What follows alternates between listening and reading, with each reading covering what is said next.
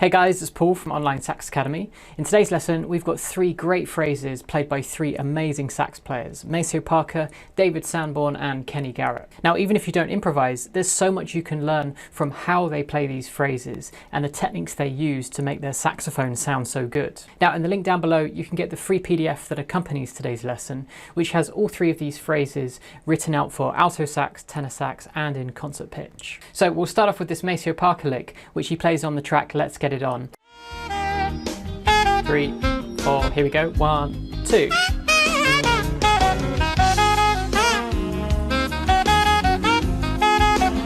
So before we jump into the harmony and scale side of things, just check out the way he's playing those first couple of notes. You can hear how on this E flat and C, we've got like a slight growl, gravelly effect on it. And we've also got this little grace note from the D up into that E flat.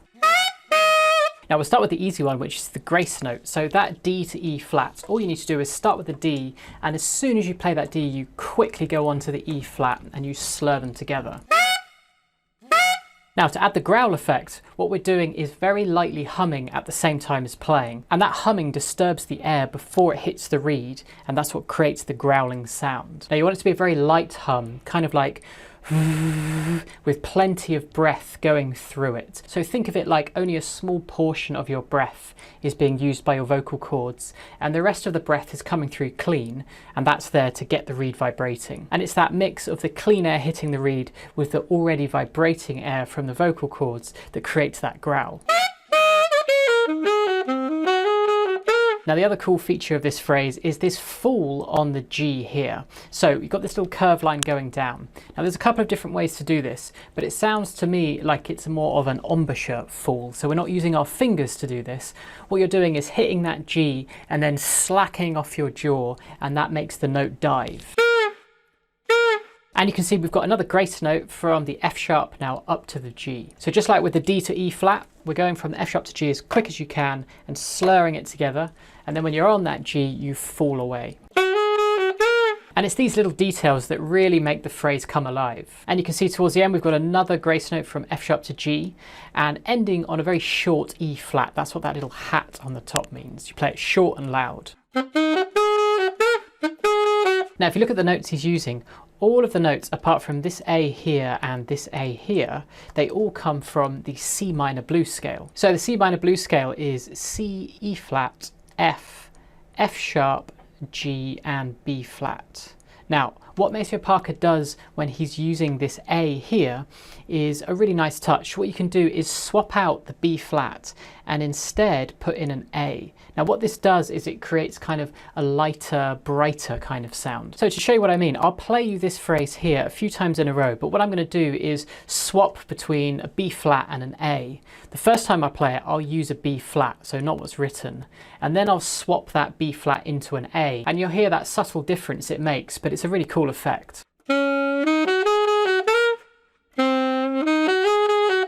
I'll play a few more example phrases alternating between the B flat and the A so you can really hear the difference. Now with the A.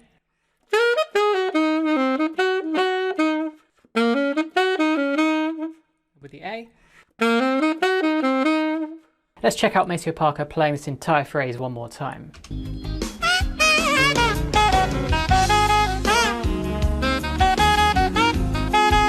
And his sense of rhythm is legendary. Check out how he's starting on the second 16th note. This first note here is not on beat 2, it's just after, it's on the second 16th note. The same thing here, this A is not on beat 3, it's just pushed slightly after.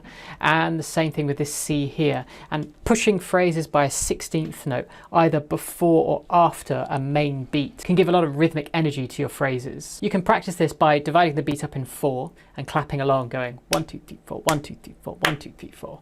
And then you just say 2 and 4. So it'd be like 1, 2, 3, 4, 1, 2, 3, 4, 2, 4, 2, 4, 2, 4, 1, 2, 3, 4, 1, 2, 3, 4, 2, 4, 2, 4. And the 2 and the 4 are the two semiquavers just before and after the main pulse. All right, moving on to David Sanborn's phrase. This is on his track Port of Call. We'll go a couple of bars before and I'll shout out when we get there. 3, 4, 5. So what I love about this lick is it's only made up from 4 notes. We'll go into a bit more detail about the scale and how it's being used in a minute. But first of all, check out how David Sanborn plays these first 3 eighth notes. So you can hear the first F sharp is played short. There's a little bit of a gap before the A comes in.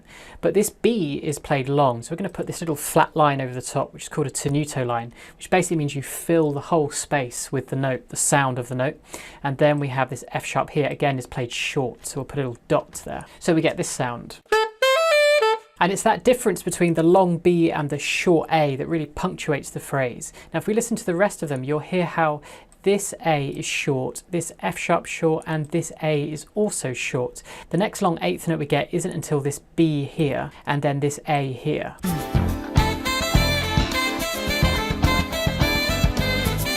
Now, as I said earlier, this phrase is built from just 4 notes. What we've actually got here are the first 4 notes of an F sharp minor pentatonic, or F sharp minor blues scale, but a simpler version is just the F sharp minor pentatonic. This is the full minor pentatonic scale here, but he's not actually using this E at all. Now, if we check out the rhythm of this phrase and we break it down into 2-beat chunks, we can see that we've got this rhythmical phrase here of da da da dee da. And that gets repeated here as well, da da da dee da. So we call that A.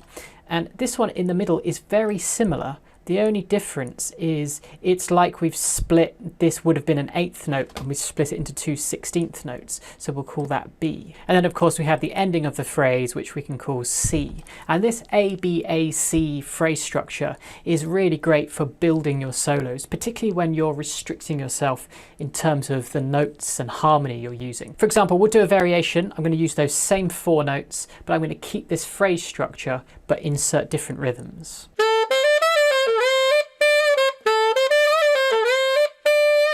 Alright, and this final phrase by Kenny Garrett is on the Brother Hubbard recording. Let's check this out.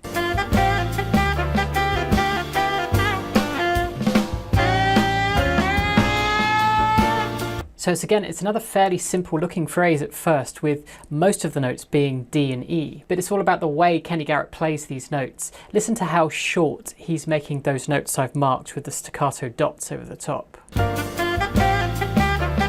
We've got that da-da-do, da-da-do. And the other thing about this phrase is the fact that we have these groups of 3s. Now this is setting up what's known as a cross rhythm. It creates a bit of rhythmical tension. So we get this kind of over the bar line effect here.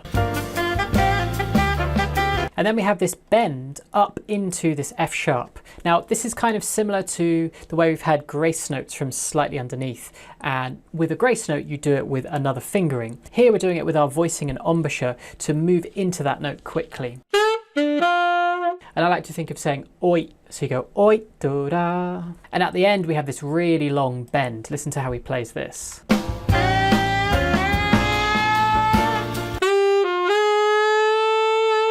Now, just like with the David Sanborn phrase, Kenny Garrett's only using the first 4 notes of a minor pentatonic. Here he's using the first 4 notes of the B minor pentatonic. The full B minor pentatonic scale is we've got B, D, E, F sharp and A. And you can see the final notes of the phrases are from the chord tones. We finish on a D here, and then we finish on an F sharp here. And the B, D and F sharp, that's your chord triad, your B minor triad. And starting and ending your phrases on either the root, 3rd or 7th is a great way to structure your lines. The E has a bit more melodic tension to it because it's not one of those triadic notes. So that's why it's fun to play around with that E to D or E going up to F sharp. It's in between those 2 triad notes. So you can play around with this concept of starting on the root note, messing around with the E's and D's, and then ending on, say, an F sharp D or B.